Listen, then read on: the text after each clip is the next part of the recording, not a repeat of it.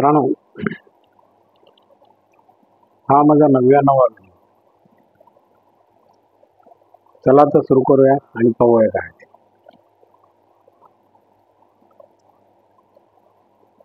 सहनशक्ती ही लाचारी नसून एक ताकद आहे. सहनशक्ती ही लाचारी नसून एक ताकद आहे, असा आपला विषय आहे. तर बघूया काय ते. एक कपल मॅरेज रजिस्टरच्या ऑफिसमध्ये गेले. तिथे अधिकाऱ्यांना म्हणाले, एक कपल मॅरेज रजिस्टरच्या ऑफिसमध्ये गेले. तिथे अधिकाऱ्याला म्हणाले, आम्ही वेगळे होण्याचे ठरवले आहे. आम्हाला लग्नाची नोंदणी रद्द करायची आहे. अधिकारी म्हणाले, अरे तुम्ही तर अर्ध्या तासापूर्वीच लग्नाचे रजिस्ट्रेशन केले होते ना. होय साहेब, बरोबर आहे. आम्ही अर्धा तास भांडतच आहोत. नाही, एखादी मोठी लढाई हरल्यासारख्या अभिभावात कपलमधील युवक म्हणाला, घरी पोहोचेपर्यंत तरी वाट पाहायला हवी होती. आयुष्य कुठे हरवून चालले? अधिकाऱ्याने प्रश्न केला. हे हिला विचारा. युवक म्हणाला, हे हिला विचारा. मी तर खूप मोठा इगोस्टिक मॉन्स्टर आहे. मी तर खूप मोठा इगोस्टिक मॉन्स्टर आहे. युवक उपरोधाने म्हणाला. मुलगी म्हणाली, अहो साहेब, रजिस्टर उघडून पहा आणि मग बोला. डोळ्यात पाणी आणून ती युवती म्हणाली, मी किती छोट्या अक्षरात सही केली आहे आणि ह्याने किती मोठ्या अक्षरात. मला तर वाटते अशा युगोस्टिक माणसाच्या बरोबर राहूच नाही. बापरे.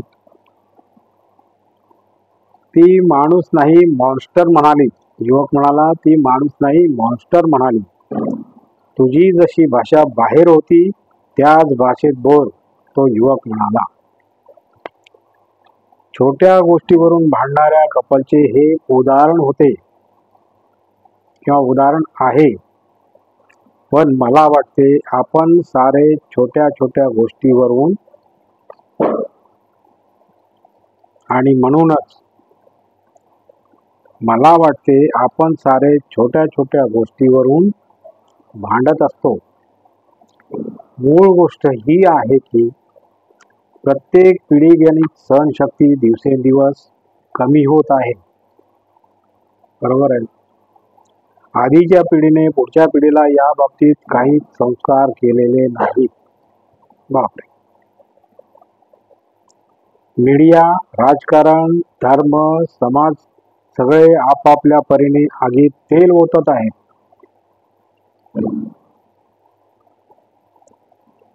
आणि आपली भाकरी भाजून घेत आहेत. राग, सहिष्णुता सगळीकडे पसरली आहे.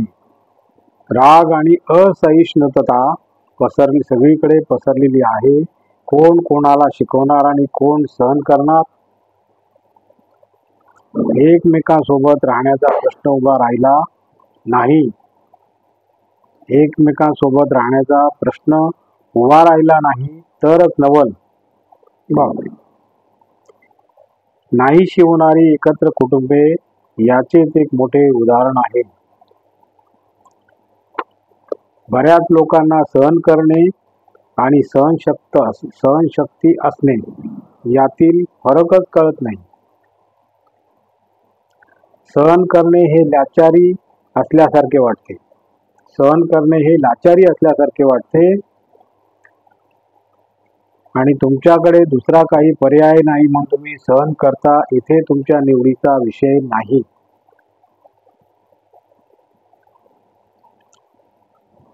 मित्रांनो, हे पण तुम्हाला थोडं समजण्यात कठीणच वाटतंय, पण तरी प्रयत्न करा.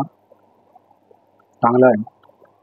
सहनशक्ती ही लाचारी नसून एक ताकद आहे आणि ती जर सहनशक्ती तुमच्या अंगात आली तर बऱ्याचशा गोष्टीचे निराकरण होईल आणि वाद मिटतील आणि कुटुंबे एकत्र येतील किंवा एकमेकाचे गैरसमज दूर होतील.